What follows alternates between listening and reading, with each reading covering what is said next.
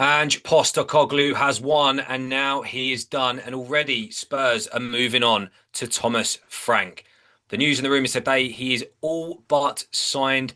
And today we're going to discuss whether or not Frank is the right appointment, what we think success looks like, and more importantly, analysing the chaos that has happened at Spurs over the last couple of weeks.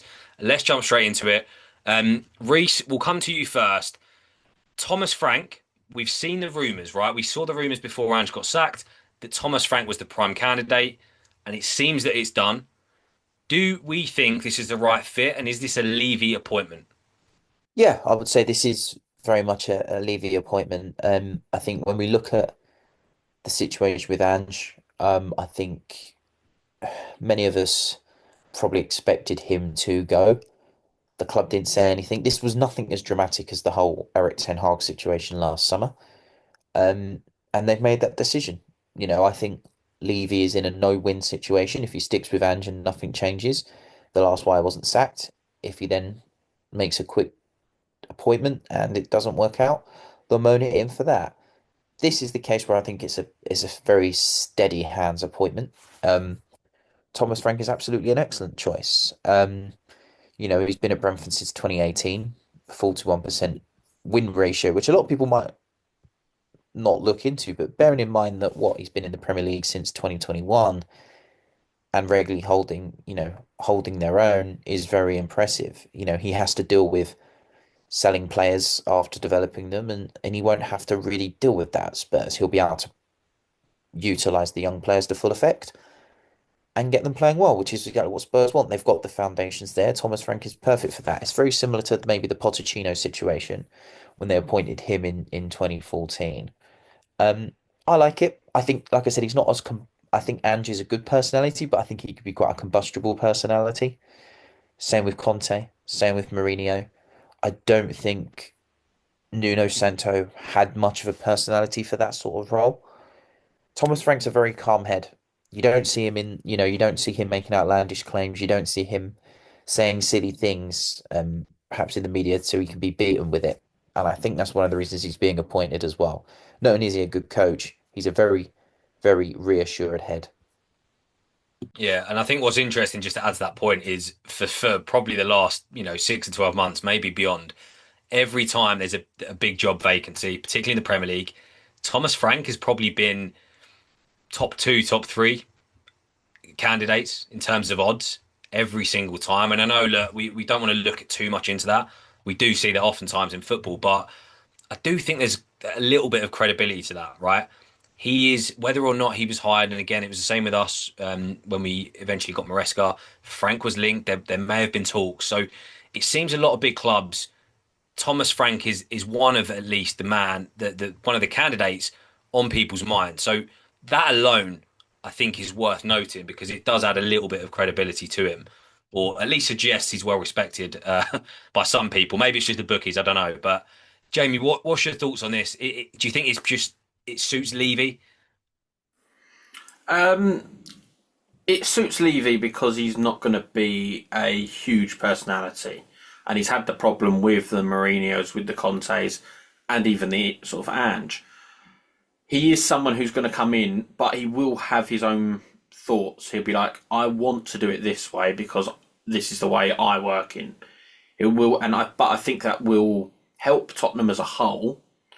It, but I'm still not thinking it's exactly perfect for the first team.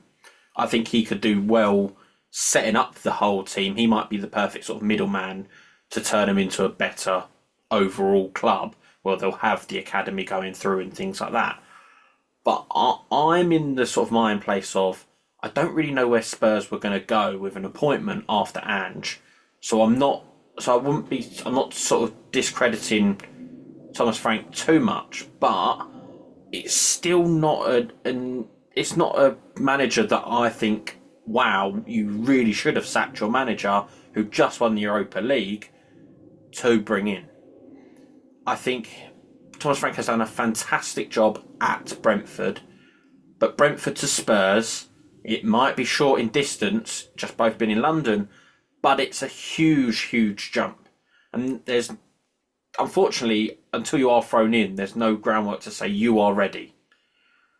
Um, the sort of positive there are, I think, the positive and negatives because at Brentford he scored more. They scored more than Villa. They scored more than Chelsea this season.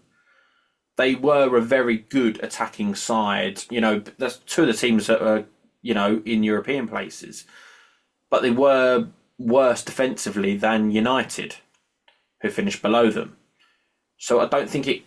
I think with Ange, you always talk about, oh, he's very good attacking, not so great defensively.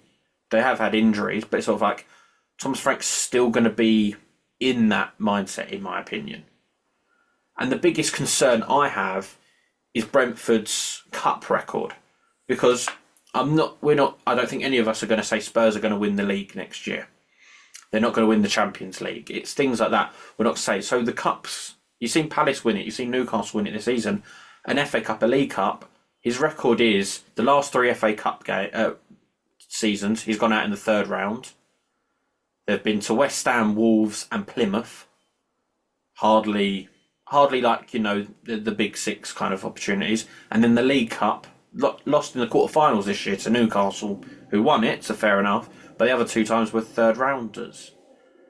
It's Brentford could do better than that. They've shown they can, have good games against the big guys. So why couldn't they do it in the cups? That's the sort of negative I have about him.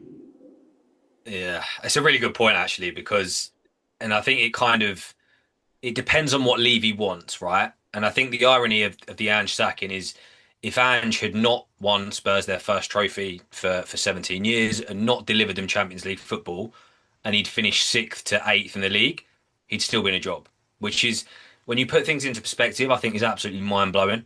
And look, I get the criticism. I've slated Spurs all season. I absolutely stand by what I said. I think they to be honest, and I'm sorry Spurs fans, they were disgraced in the final. They got lucky. I know people say, oh, you got to get it done, whatever. They were awful in the final as well. So although Ange will retire not retire, but you know what I mean, leave a legend, and he should. I agree with that. Spurs were absolutely abysmal. So there is two sides to this coin, and for me, I do think it's a good appointment, but you've got to assess what Levy wants. To your point, Jamie, like what is a realistic expectation of Spurs now? Because they're not going to get back in the Champions League football, I don't think, next season. And they've just won a trophy, but then, as you've said, Frank's record is bad in cup competition. So, like, are they just going to accept again sixth or seventh in the league and say we don't care about the trophies?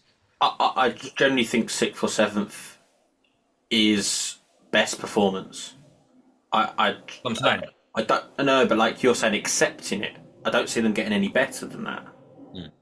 The teams above them, or the teams that are in that sort of aspect at the moment, in them sort of sixth to first to seventh, are all better than Spurs. And I don't see Frank coming in and making such an impact to change 17th in the league Spurs to being into the top six or seven. I don't see it in one Um, season.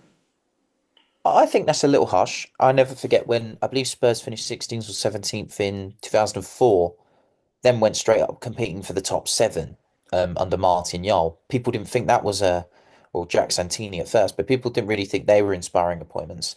Not many people thought Mauricio Pochettino was an inspiring appointment either. That's probably what Spurs need. Just someone who can go under the radar. When everyone put the aspiring appointments in of Conte and Mourinho, that went much worse than I think anyone would have expected. Everyone expected a little bit more from both of them, even though we expected them to probably act how they did. That's a bit harsh. I agree with the cup record. It's not good enough. But I suppose the argument for Brentford is they wanted to stabilise as a Premier League club. Now I go on about the whole, I think it's a load of rubbish falling, you might as well go for it because you've got a chance. And yeah, they should do better. Um, but he still stabilised the league. And in terms of where we're saying with Ange, how many times did Ange say he was never going to change tactically?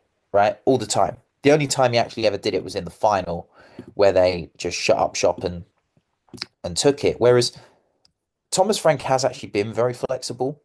I think he's actually been very good. He's adjusted his tactics from the Championship to the Premier League and has done really well, particularly against the good teams.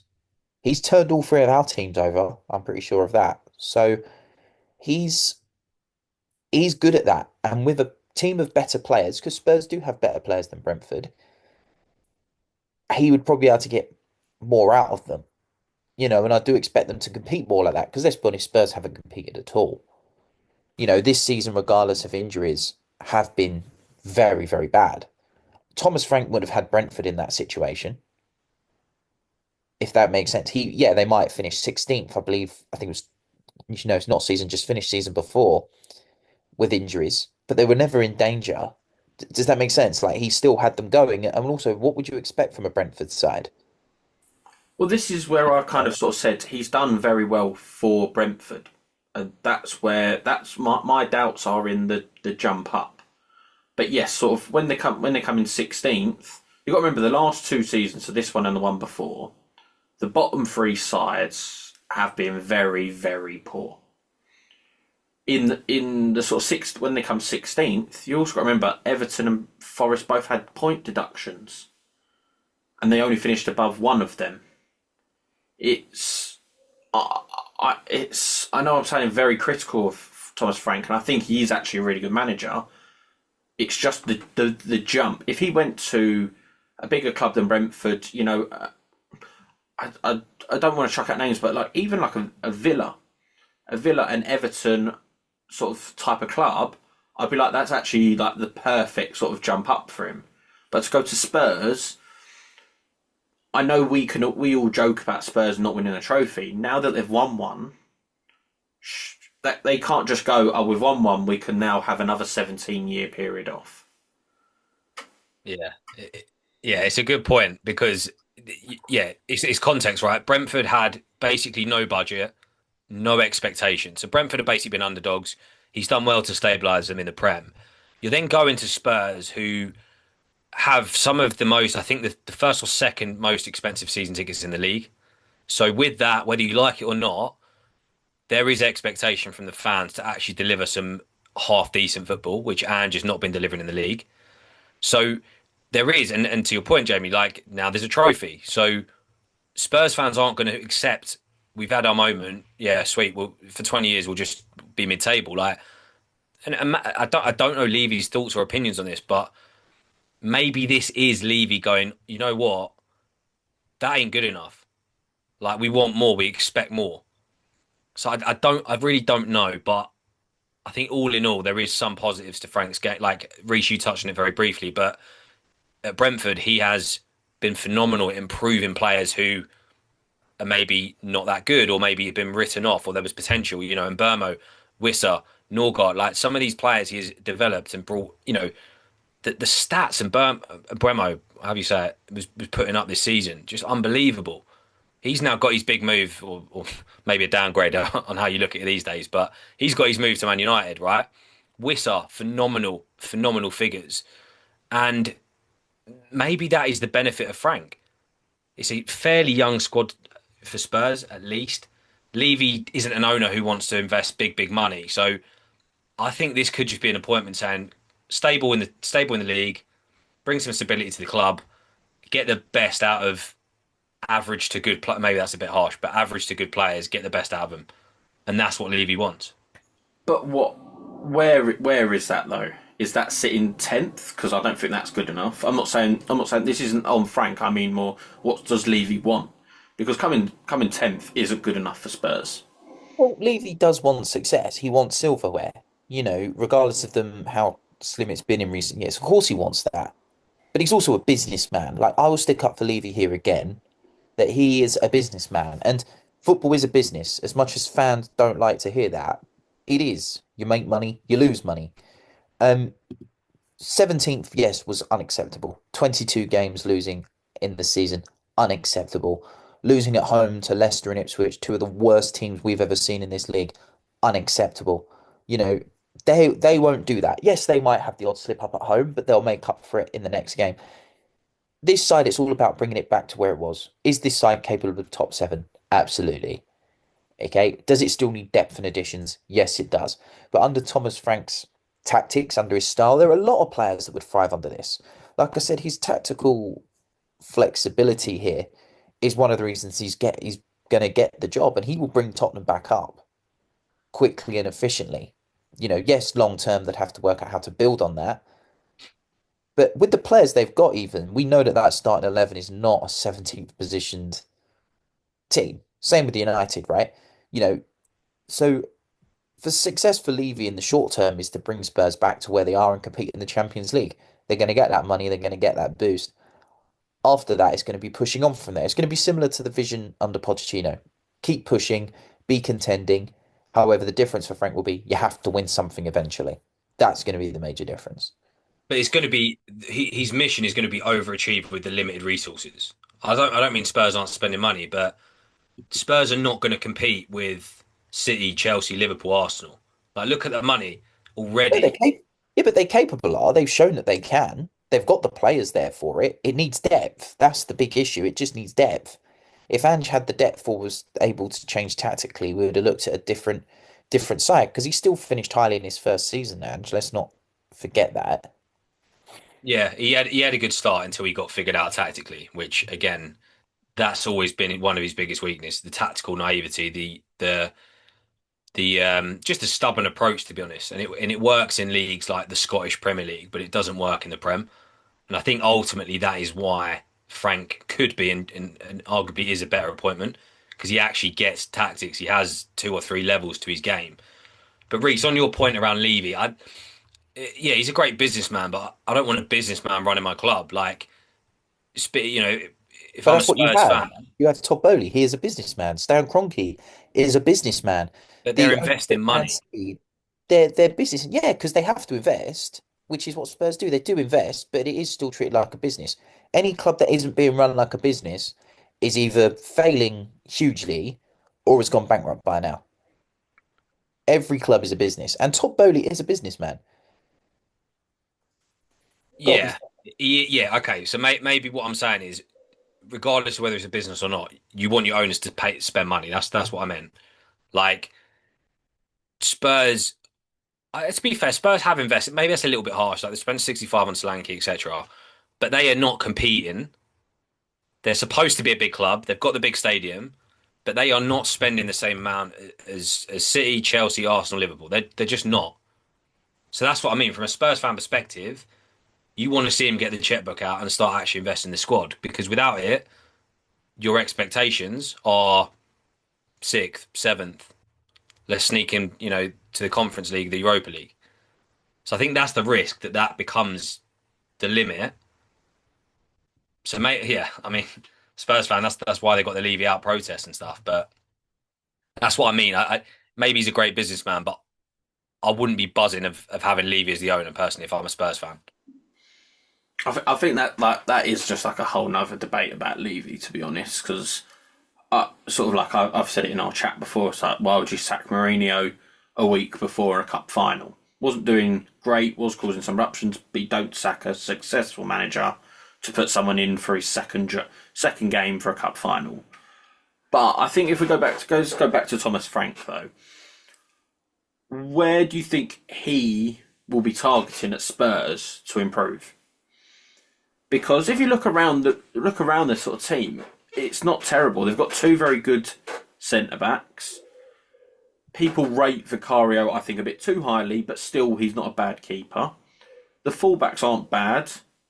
You've got Son left, Kulusevski, you've got Johnson, you've got Solanke up front. Is it just the midfield? Like I agree with Reece saying they aren't, obviously, their squad isn't a 17th position squad.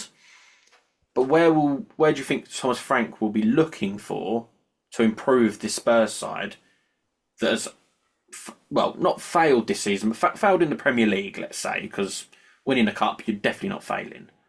But where do you think we're going to see improvements? I think every good team you have to start at the back. Um, like I can't remember how many goals Brentford conceded last season, but regardless, this team didn't have its centre back pairing for God knows how many games last season. Van de Ven isn't always fit. Romero isn't always fit, and there's rumours Romero might even go. So you might as well cash in on that while you can. Personally, I would be looking at the centre back at Roma and Dika. Played 38 games last season, solid, about 30 million euros. I can't remember how much that is in pounds, about what, 25 million quid. That would be a good signing for him. You can start there. Um, Maybe they could look at Gatti at Juventus as well, someone who's always been rumoured to be leaving. There would be good reinforcements at the start. I would also be looking at Brentford and looking at Nathan Collins. I think he's a good young centre back, and I think he's exactly what they'd need. You got to start there. I think the goalkeeper will stay as he is, even if he's injured. I think, realistically, I think that's the least of their concerns. But I would start there, and I think we're going to expect maybe some reinforcements that are quite young, hungry talent. I think maybe Tell is going to be made permanent potentially from Bayern Munich, which I think would be perfect for this side. Like give him a Brian and Buemo sort of role. Rumours of Hayden Hackney at Middlesbrough. You might not be familiar with him, but he's a good young forward. But then I always look at the likes of Archie Gray, etc., and think, do they need him? Probably not. I would look at Marcus Edwards as well at Sporting, who was on loan at Burnley. I think he'd fit them quite nicely. And another forward, whether they go big for Jack Grealish or look towards the Scandinavian markets, which Frank has exploited very well. I do think Grealish actually is not a bad shout because for me, to be honest, when we're going through this squad and actually their starting 11 is pretty decent. Like it actually is. Like, and it is just remarkable again. And maybe Levy's looking at it a bit like this. It is remarkable that they finished 17th. Like, I know there was injuries and what have you, but actually, when you break down their starting 11, it is actually pretty solid. Like, it's definitely good enough to be sixth, seventh at the very least. Um, the wing it depends on what system Frank wants to play. Personally, I would recommend probably the three, kind of the two wing backs, maybe a 3-5-2. Or a three. What's the one I wrote it down? But the basic, you've got a doggy and you've got Porro. They're both very good two attacking wing backs. So I think you should probably use that and then play with three centre backs, and maybe Gray fits into that centre back position. I don't know, um, but you just need depth and greed. Madison's been very mouthy this season and he's been given it, but he's not done very much on the pitch. That's the reality. And I think someone in that centre position, like a Grealish, I'd almost stick Grealish. Jamie, what's someone going to have to pay for Grealish now? Like 40 mil? Yeah, I think even it could even be a bit less. I think 30 to 40 mil you could possibly get him off City's books, considering he's not going to be in the Club World Cup squad, not going to be in the England squad. And he's been told to leave. So yeah, or you could get him on loan. To be perfectly honest, is sort of like another option for Spurs. I think touching on that sort of position, I think this would be quite difficult for Spurs to get him, but someone like a Morgan Rogers, I think would fit quite well into that midfield. Not What saying about that Villa would sell him though. Yeah, I don't think he would. But what that's about Eze? I expect a statement signing from Spurs this summer. I think Eze would be the perfect fit. Again, he has to stay fit. There's no point signing someone just to sit on the hospital bed alongside Van de Ven, is there? So he could be a perfect signing for Spurs, I think. I was talking to Palace fans before the FA Cup final, and they were all sort of like, he's probably going to leave. To be fair, most of them thought he was coming City, and I hadn't actually seen any full rumours on that. But yeah, at Spurs, definitely could be doing, definitely sort of like a good. I think that would work at Spurs, and I see that actually could happen. But because they won the FA Cup, that's the only thing that's making me doubt it. He might just stay to play Europa with them and then leave. But I think a caliber like him is definitely should be on Spurs' radar. Yeah, yeah. To be honest, I think that's a great shout. I think either Grealish or Eze, you get him. Probably Eze would be 60 mil. Um, it would fit in that mold, and as well, both of them can play wide or central. So if Madison's fit and Madison's back in form, you can still find a way to get them both or two or three, however many it is, in the team. Kulusevski again, another one, could play theoretically on either side, can play in the middle if really needed. So you suddenly add two or three of these signings with a good manager. And as bad as Spurs have been this year, and obviously for Frank, the bar is basically you can only go up. I do think a few key signings, and suddenly we could be taking them a little bit seriously again. Yeah, absolutely. So right, I'll put it to you. Right now, we don't know who they're signing, obviously, and let's presume Frank is coming in for certain. Where does Spurs finish next season? Start for you, Jordan. I I gave him basically if Ange was still there, I probably still would have said 10th or bottom half. Because again, despite them winning the trophy, they were like still terrible. And actually, I didn't see much improvement coming. So I think realistically,